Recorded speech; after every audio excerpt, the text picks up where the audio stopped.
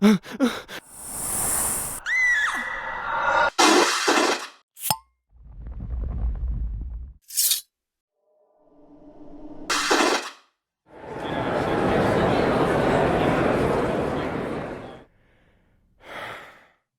and welcome to the Supernatural track here at Continual.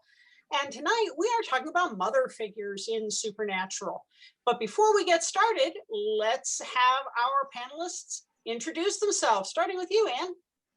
Hi, I'm Ann Wicker, and I'm a former journalist, now writer and editor.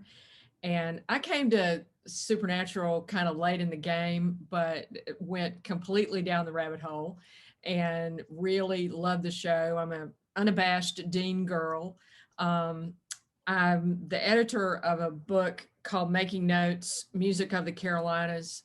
And I also co-authored a memoir from Ann Moses about her time at Tiger Beat magazine in the 60s and early 70s.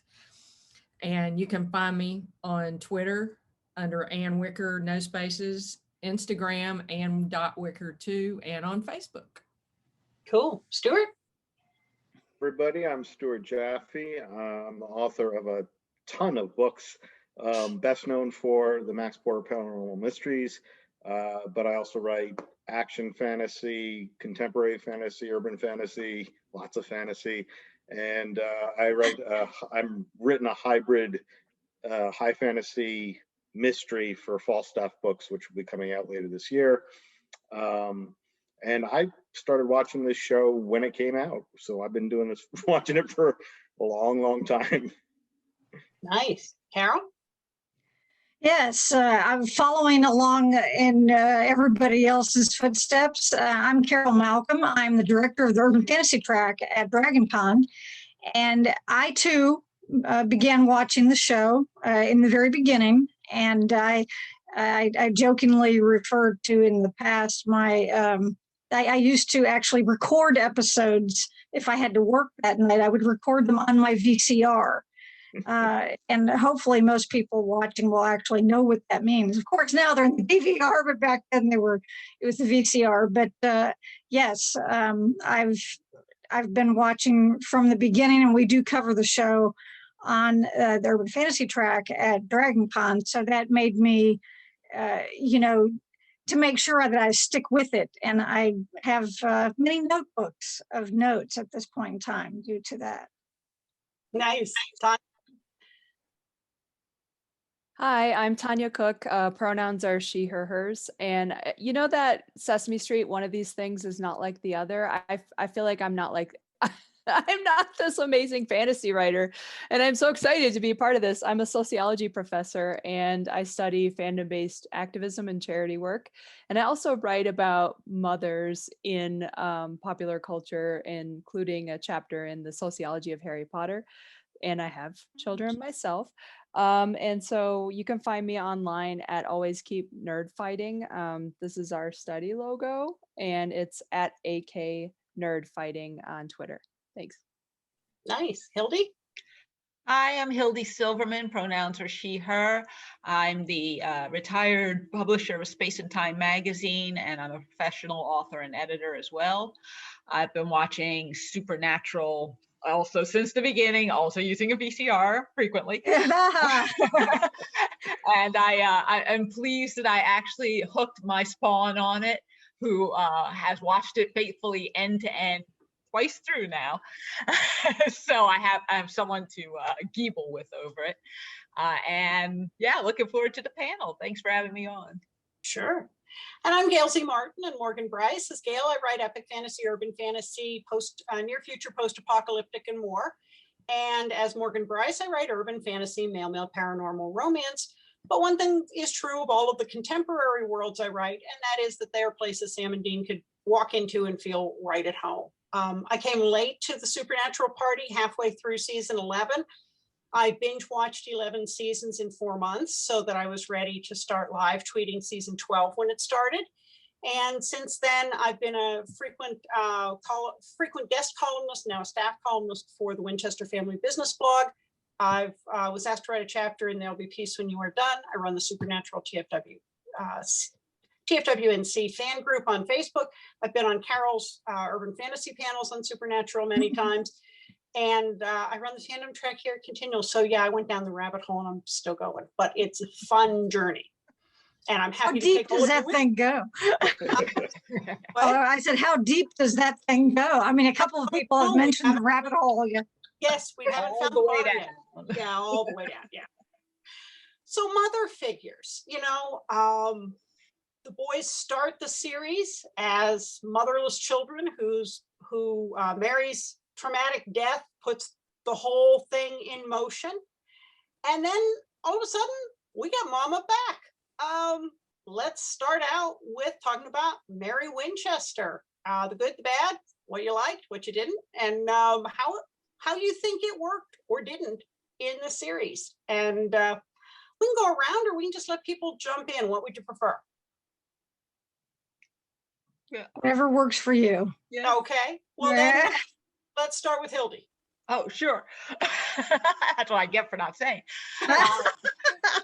So I think Mary's journey has been a pretty interesting one as a mother. She started out being the somewhat typical fridged female from the beginning, boom, on fire, that she's the motivation for everything. I found it very interesting that they went in the direction eventually of her being a hunter and not just the mom married to the hunter, which is, I think, where we really started out. I would love to give them the benefit of the doubt and say, no, they always knew she was gonna be the badass, but I don't think so. But I do like that they took it in that direction, and that the hunting was in her blood as well. I enjoyed her when she was on, when she made her miraculous reappearance. Did not love that she was taken out fairly quickly. The whole thing with Jack, doing that. But her relationship with the boys I did find very interesting. And theirs to her, because who hasn't, I mean, for those of us who have lost a mother, who of us would not have that as their fantasy? Mom is returned, and what would that relationship be like? Especially if you lost mom as a small child and now you're an adult, how do you relate? How do you get to know each other? How do you bond? You may be very happy about it, but you don't really know each other. So I thought they explored some various interesting aspects of that. What do you think, Tanya? Yeah, thank you. Oh, wow. This is such a great topic. I really appreciated that they brought Mary back so that she could be a lot more complex as a character. Like most of us who are parents, we juggle multiple roles. And I really liked the conflict between Dean and Mary in terms of having to navigate what he held her accountable for, even though, obviously it was sort of her fault, sort of not, I don't know, in terms of the demon deals and whatnot. But that whole scene, I'm blanking on which episode, but it's basically Mary saying, I'm going to be a hunter when she's come back. And Dean is like, wait, don't you want to be our mom? Right. I think that's Dean and Mary. It might be Sam and Mary. And she's like, I'm both of these things, right? I have both of these as a part of my identity. And so I really appreciated that we got to see Mary kind of grapple with that as well. And that was really fascinating to me, because if you think about the age cohort, I'm going to be a professor for a minute, but if you think about the age that she is, this is when a lot of women are first starting to work full time outside the home in many more numbers and higher numbers. So I think she really represents that demographic shift and kind of having to navigate those relationships with her adult sons. What do you think, Carol? Well, the first thing that came to mind was how in the very beginning seasons, and what happened to her was, of course, a terrible thing. And it was a trauma. It was a trauma for Dean, especially because he knew his mother, whereas Sam did not. But I think that for both of them, they kind of had her held up as some kind of ideal and on some kind of a pedestal. And so, when she returns, there's something else going on. Of course, Sam understands that there was something between she and the demon anyway. Near the end of season 2, there's that episode where he's having something replayed for him, and the fact that she recognizes the demon in this replay, and he's like, wait a minute, you knew each other? So he knows there's something going on, but we don't really find out details until later. But I think the fact that they were holding her in such high regard, and as I said, kind of had her on this pedestal as this ideal, that when she did turn back up, and for her, she has absolutely no reference of the last I saw you were 6 months old, and now you're whatever, close to 30, I think, at the time. So that had to be a bit unsettling for her. And I think, but I do agree with Hildy. I think that they did a nice job of exploring what that would, how would that conceivably work out if somebody was separated for that long? Even though the boys, even though it was by death in the show, in terms from a realistic standpoint, how would you navigate a relationship that you really don't have any kind of experience with? Dean was so young when she died that even though he remembers her and he remembers specific things and things that she said and that they did and things like that, it's easy to idolize someone that you have just, very specific, a few memories of. Stuart? Well, I think I'll take this from more of a writing perspective, because Hildy said something right in the beginning that struck me when she was saying that they had not planned, they hadn't thought it through from the beginning. And I think that's absolutely the case, because they, of course, never expected the show to last 15 seasons. They were going to hope for 2, maybe 3.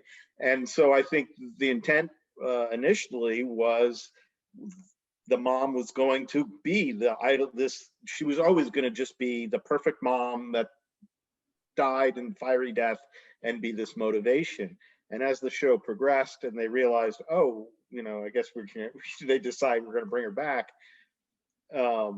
They now have, in a way, a blank slate. They could do anything.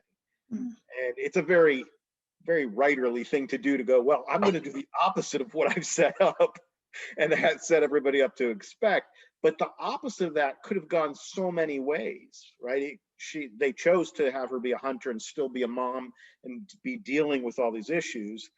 But they could have made her evil. They could have made her callous. They could have made her anything there's so many ways they could have done things to undercut the idealized version that she was.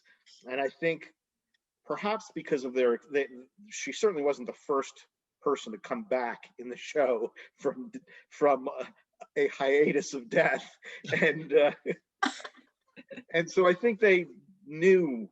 I'm kind of glad they waited as long as they did, because I think if she was one of the first to come back, I think they probably would have made less wise choices into how to deal with it. And instead they went for not just breaking the ideal of her, but breaking it in a way that still let her be human and let her be a mom. And as all these ladies have been saying, really looked at what that relationship is like after all those years gone. I mean, it's almost like it's almost the equivalent of Sam and Dean being adopted children who are finally meeting their birth mom, who they've idealized all their life, and now they're meeting the reality. Ann? Well, I think that's really, really true, Stuart. That's a great comparison, meeting the birth parent that they never knew, really. I mean, obviously Sam had no memory of her, but I'm a big Mary fan, and partly because I'm almost exactly the same age, and I just really thought that they handled when and I'll piggyback on something that Tanya said also about the difference between being a mom and being a hunter that they developed after she came back. And I think it was overwhelming for her to meet her adult sons. And I think she just she wasn't prepared. If she lived in the mid 70s, I think they handled it really well, the writers, because I graduated from high school in 1973. And we got, as a woman, we got all kinds of mixed messages about you can have it all, but you need to get married. Or, you can go to college, but you're just going to college to find a husband. I mean, my grandmother told me to my face that why did I want to go to why do you want to go to college? You'll get overeducated and you'll never find a husband. Seriously. So I got really mixed messages, and I think that is something that came through when she came back and she was trying to navigate all of this, and she just was unprepared to be the mom. And so she fell back on what she really knew, which was how to be a hunter and being a hunter. And also, it always amused me in some of the Men of Letters episodes where, she sleeps with Ketch and that kind of thing, that she and Dean are a lot alike. And I think the writers must have made a conscious effort to make her the stubborn part of Dean and the sort of, if it wasn't for Sam, Dean would be a total loner. And I think that is part of what Mary was going through at that time in that period, in the one after they brought her back. Yeah, I think Samantha Smith did a great job. I'm sorry, go ahead. Somebody started to say something, Stuart? Well, I was going to segue, so if you wanted. Okay. I was going to say, I think Samantha Smith did a great job playing the role. It's got to be hard to come back. And if you think about the age Mary was when she died, and then when she comes back, she's younger than her sons are now. Exactly. Yeah. So, that's a curveball. There's a heartbreaking montage in her death episode, her second death episode. Got to clarify that this is Supernatural, where Right. all these loving, wonderful, warm, fuzzy moments right before she dies. And I really wish we had seen more of them earlier, because what we saw earlier was, yes, she was confused. Yes, she was a fish out of water. But as a mom, I was so angry with her at getting her children back, and then suck it up, Buttercup. You got your children back, get to know them, find yourself later. And Right. maybe she did spend more time with them that we didn't see on camera, obviously not enough to satisfy Sam or Dean feeling loved. But if we'd have seen some of those warm, fuzzy moments from right before she died earlier on, I think it would have helped to temper that feeling that she abandoned them all over again, or made me like her more earlier. And I get that not only are there limits on how many, money-wise cast members coming back, and that there is a difference between, two hot guys in a muscle car hunting monsters and two unmarried guys pushing 40 who live in a basement with their mom. Totally different show vibe. Different show, yeah. But, Although that could have been a spinoff, but yeah, whatever. I just get that would be awkward, but that was probably the biggest thing there, was that I thought it was interesting that she was so complex. I just, as a mom, was very angry with her for most of the time, because I didn't feel like she I didn't feel like she held up the mom part very well. And not everybody who is a mom is a good mom, or they do the best they can, and it may not be what the kids need. And that's true. And I think whoever said about meeting the birth mother, I think is very much true, because if you know anybody who has met maybe a half sibling that they didn't know they had, or birth mother, or some relative that they end up meeting in, after childhood, you're related. You feel like you should have a connection to this person. Right. But it's very hard to pick it up without the shared experience that goes with being family. And that's the big piece that Mary was also missing, was all that shared experience to come in the middle of, on top of time travel and everything else. There's Yeah. also within the world of the show, and this is where I was going with before, so it still works, which is simply that they're already, by the time she's come back, they're already, that role had already been filled several times, but successfully, in my opinion, by Jodie. And Jodie understood the world somewhat that the boys were in, accepted it, and was the mother that was there for them when they needed her, and was not there when they needed to be, to be the two hot guys going off, however you describe that, going off by the monster. Two guys in a muscle car. As opposed to when they needed them, when they needed to be the guys in the basement that mom is taking care of, she's there for them. And through her somewhat adopted family of girls that she's taking care of, we see a lot. We also get a more tender side of her that we see as well. And so I think that was another conscious thing that they did with Mary, because they already had Jodie, so they couldn't just have her be another Jodie. So they had to have her kind of work her way through all that too. And correct me if I'm wrong, I might be misremembering, but for Mary, wasn't it that while you're dead, you don't have a sense of time? So basically 1 second she had a small child and a baby, and then boom, she's back and they're two adults. And for her, she never had time. She didn't miss them because time really didn't pass. Whereas the boys had missed her for decades. So I can see how that she was not right into, oh, thank God I have my boys back mode, because for her, she really hadn't been without them. And in fact, now she didn't have the boys she knew as her boys, but she had these two grown men who, yeah, they're the same people, but she doesn't know.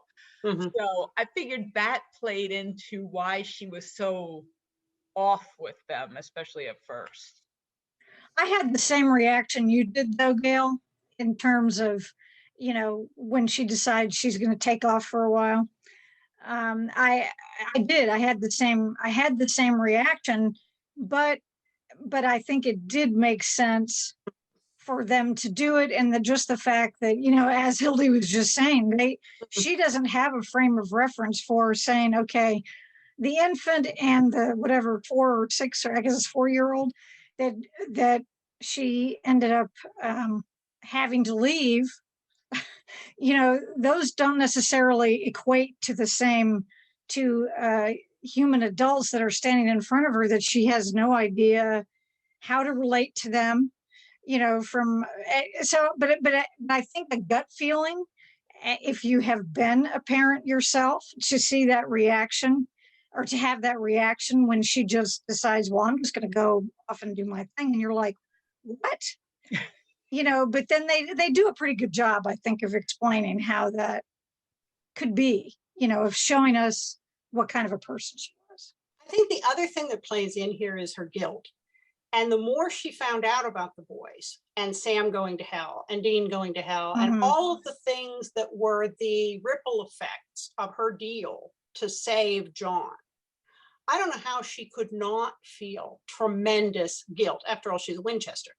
That everything awful that came about in their lives, not just hunting with John, but all of the trauma, was because of her deal, her decision, the thing that she did, and she brought that on them. And I think it would be normal to want to run away rather than hash that out, because that's a whole heaping bunch of crap she brought down on them.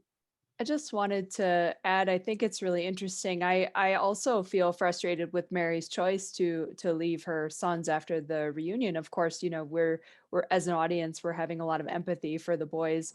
But I think our reaction, our collective reaction to Mary leaving, and sort of backing away from that intimacy or trying to renew that relationship says a lot culturally about where we are about women as mothers generally. So I like that the show was able to explore that. Like I don't think we hold John accountable quite the same way. I know within fandom there's a lot of like John Winchester's A+ parenting sort of commentary, and I just want to acknowledge, like, I'm aware of that, and I think it's appropriate to critique him, but I don't think we hold him quite as accountable as a parent in the same way we do Mary, in that moment, if you will, because and so while I'm frustrated, I think it's interesting that we're at like if it's Bobby or it's John, we have a different reaction to them being kind of broken humans, if you will. We expect more from Mary because she is mom,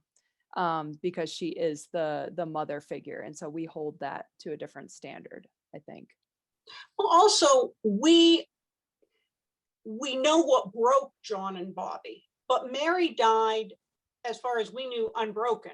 You know, she was the trauma in their lives.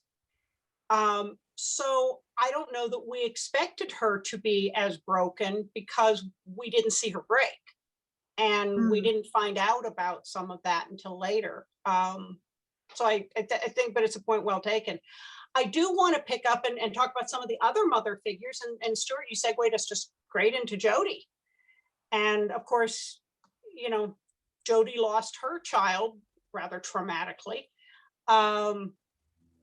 And then ends up being kind of a surrogate parent, both her and Donna. So what do we have to say about Jody and Donna?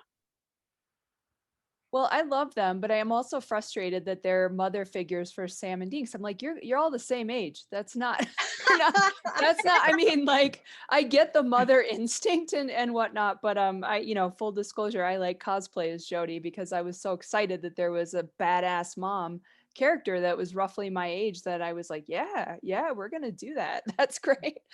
No, I think they're excellent, and they really, the only frustration I had with Jody was they kept trying to put her with different, much older or quite a bit older men. And as much as I love Bobby and at one point it was Crowley, right, which was a different subplot thing, I was like, just stop trying to pair her off. We don't, I mean, it's cool if she has a sex life. I'm not saying anything about that. It's more like we don't have to be in a we don't have to be like compulsory heteronormativity. Like we don't have to have this couple happening all the time. She can be a fully valued team member, person / mom figure without being in a relationship with a guy. Yeah, I don't think she was supposed to be the exact same age, though. Yeah, I always thought she was older. Yeah, I thought she was supposed to be older too. Maybe not old enough to be their parent, but right, like a big sister. You discuss. Please discuss. I'm going to look this up. I don't think so, but I'm still disappointed we're never gonna get, or well, I can always hold out hope, but we're not getting Wayward Sisters, because I would really love to have seen that. Very nice. I just noticed the shirt. All right. Excellent. I'm really sorry we're not gonna see that. I was always amused that she wound up in this motherly role, considering when I first saw the actress, she was on The Sweet Life of Zack and Cody, which my kid used to watch as the mom of the twins. Like she's destined to be mom and everything. But that said, I'm glad that they made her such a badass. She's strong. She's a better balance, I would say, of mother and badass than Mary, if we're going to compare, because she's much more nurturing and loving by nature, while still being a genuinely strong, powerful, tough lady. And I really like that combo in her.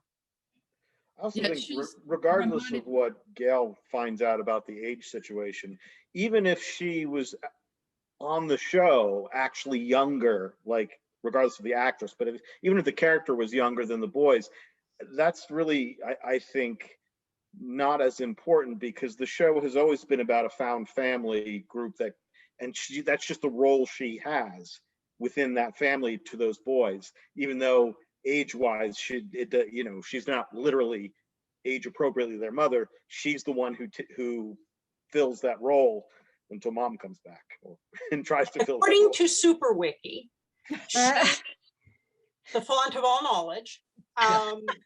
She was born in 1976, not the actress, the characters, which makes her 2 years older than Dean. But I agree with Stuart, in a lot of friend groups, there is that person who is the nurturer. They're just the natural mom of the group, even if everybody's the same age. And sometimes it's female, sometimes it's male. Sam is usually the nurturer in a lot of cases. Sam and Dean kind of flick that back and forth. But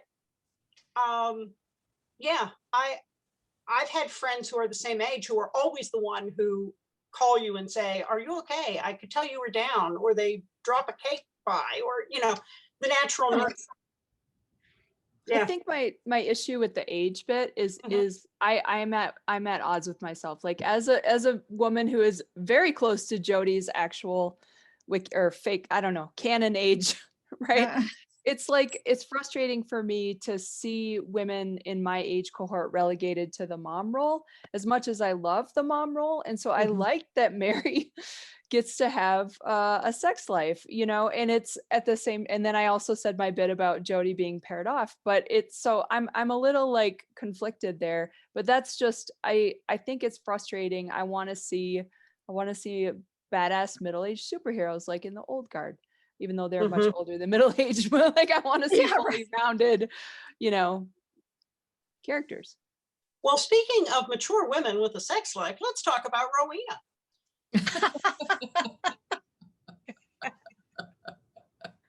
Yeah, that's true. Is centuries old is mature the correct word for somebody who's several centuries old?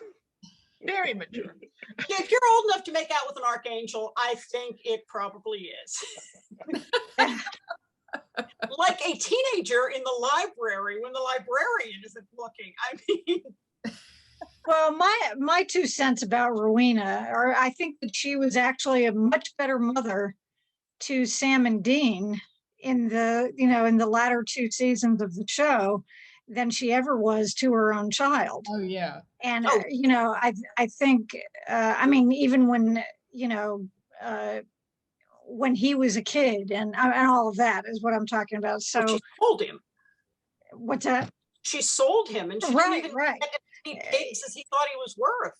Yeah, I mean, 16th century or not, I mean, come on, that's just not right. So yeah, but that's always been my feeling about her, and that was kind of a slow growth thing too. That didn't happen just all of a sudden. They kind of grew into that role. I mean, she kind of became Sam's mentor with magic, and things like that too. But she was, and it wasn't necessarily a mother role, but I would say it was more than a mother. I kind of think, going back to Jodie, I think of Jodie more as kind of like their big sister who was kind of watching out for him. I think Ellen was kind of a mother figure in other ways, but simply because that was earlier too. But in the show itself, but Rowena was kind of somewhere that she started out being the big bad part of the time, and then gradually when their goals started to kind of become closer to being the same, they were able to work things out and get along. So she was always kind of involved with, I think she kept tabs on them more than they did on her. Let's put it that way. Yeah. Anybody else? Okay. No, I was going to say, jump in. More about Rowena. Rowena. So yeah, definitely she was not a great mother to Fergus when he was little. But what I did like is that even their relationship did get sort of a chance to evolve till at the end. I mean, she clearly was sad when he was gone, you know, like they had gotten as close as a demon and a witch are going to get as mother and son, or the king of hell.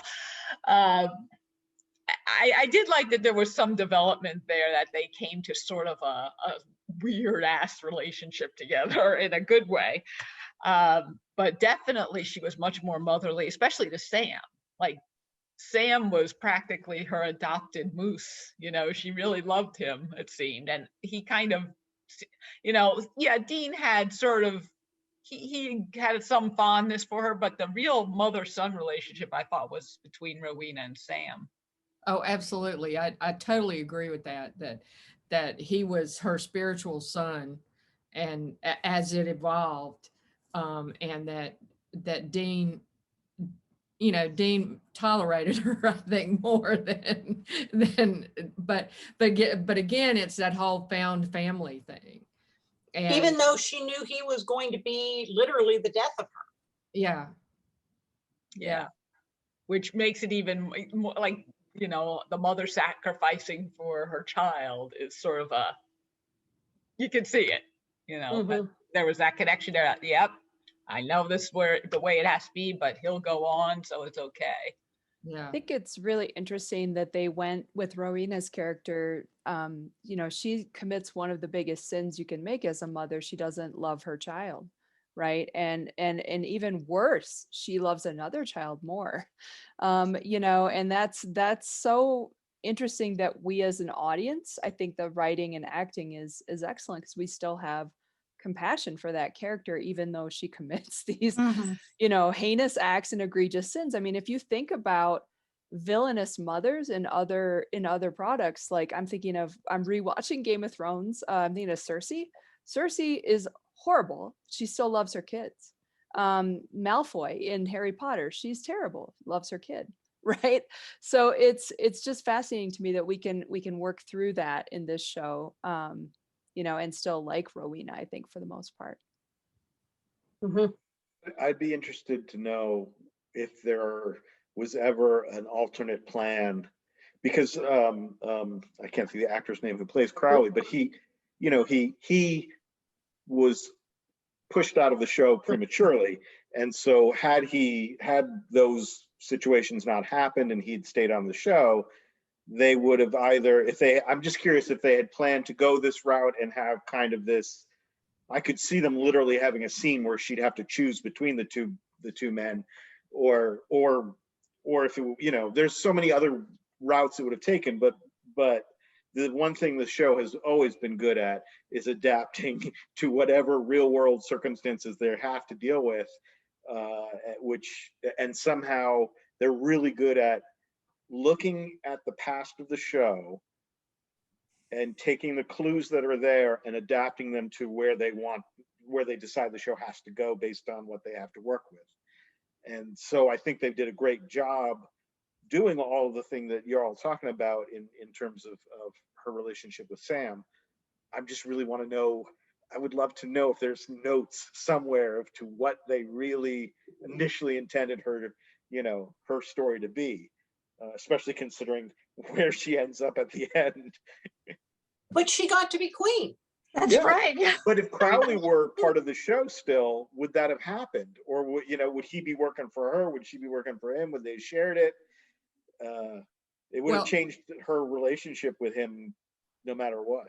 And I love that bar scene where Sam goes to rescue Castiel, and he fights with the demons, and he says, "There will be no king of hell. You have to go through me. There's a queen of hell." I mean, that was the first thing I thought of when she appeared as the queen. I was like, okay, Sam was right. Well, and from the hints we got about her background and really being homeless and a street kid and rejected by the other witches, and how hard she had to scrabble for any scrap she got, and the disdain we saw other witches, you know, treat her with, finally getting to be queen was pretty satisfying. I want to toss one more mom out there because, you know, she did kind of change everything in a way, and that's Kelly Klein, Jack's biological mom. Yeah, that's right. What do we think about Kelly Klein, who turned out to be the mother of God, sort of? Yeah, in a roundabout way, yeah. Kelly, mother of God, yes. I thought her story was it was a sad arc, ultimately, obviously, because of the way it turned out, that despite knowing what her son's origins were and such, she loved him. She had hope for him that he would overcome the stigma of being the son of Satan. And she continued. I thought it was interesting that even dead, she continued to play such a major role, influencing Jack's ultimate choice to be good, because he knew he had his mother in him, and she still mattered even when she was gone, which in a way sort of parallels Mary being the influence on her boys even when she was gone. I think, with Kelly, although my head has just been going, when I find myself in times of trouble, Kelly Klein comes to me. So I just fair that's been in my head for the last 30 seconds. But I think that's really interesting. And I wanted to acknowledge, I mean, obviously this is a very big like trope, nature, nurture with all of the characters we've talked about. And I think Kelly, Jack, and Lucifer's, that's very much a commentary on that in my mind. But I want to acknowledge the mothering also that Jack got from the guys, from Castine and Sam, and Kelly building relationships with Castiel, I think was really important. And then they all kind of enact this, instead of enacting like a negative self-fulfilling prophecy, they try to help enact a positive, like a Pygmalion effect, right? Like a positive self-fulfilling prophecy for Jack. And I think they all play a role in that. But yeah, she was interesting as a character, very sympathetic, and I agree that very influential. And she knew what was going to happen. I'm sorry.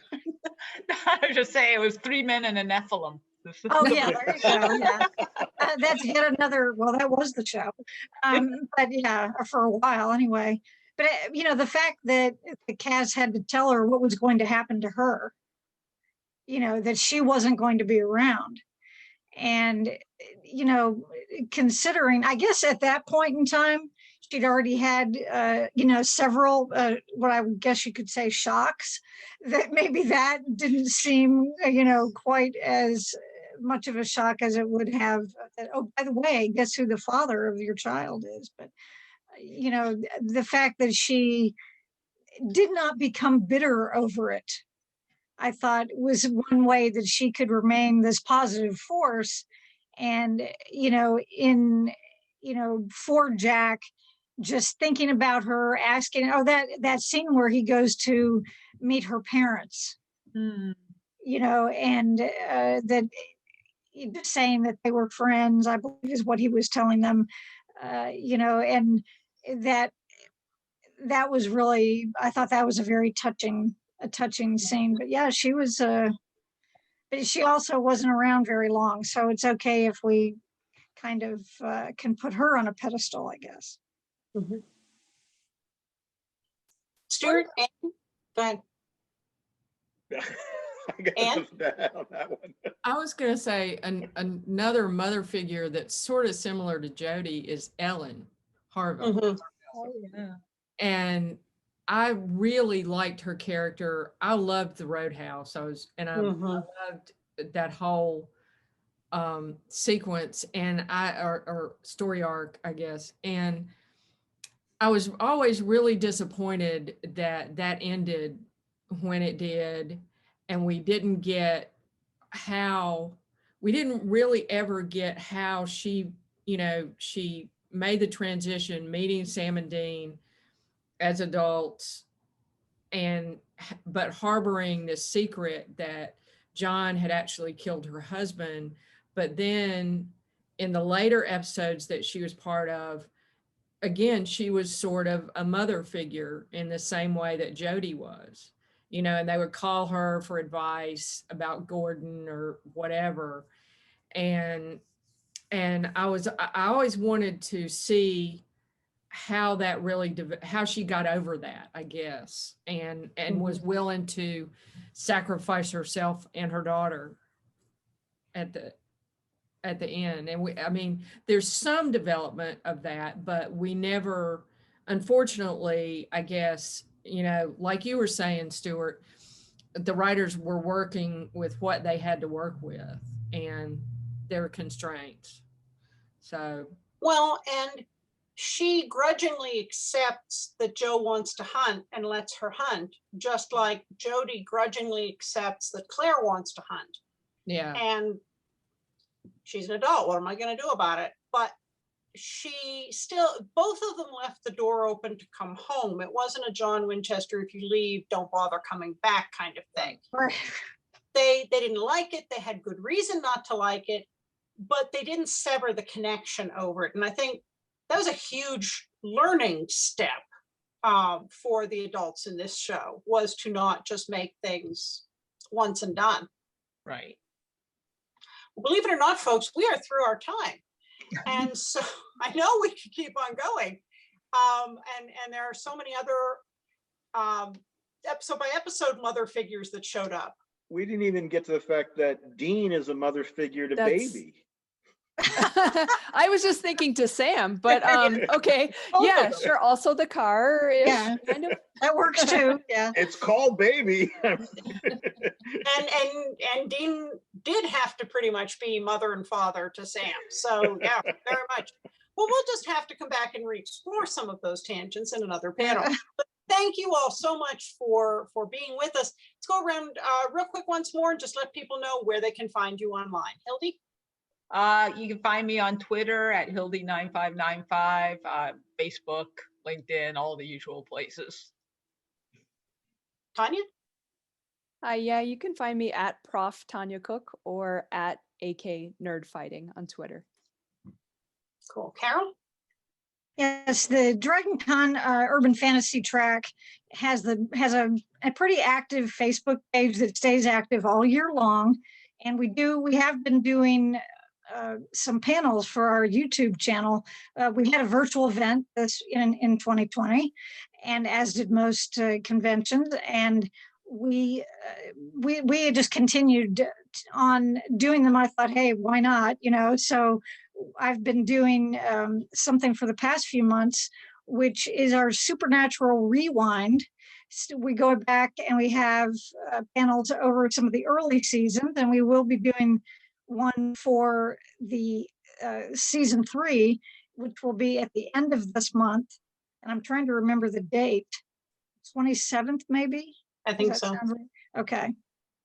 And anyway, it's a Thursday, but you can find out more information on the Facebook page. If you go to Facebook and look for Dragon Con Urban Fantasy, it takes you right to us, and all announcements and things appear there. We do have a Twitter account as well, but it doesn't get used quite as much when it's like not con season, which pretty soon there'll be more stuff on there.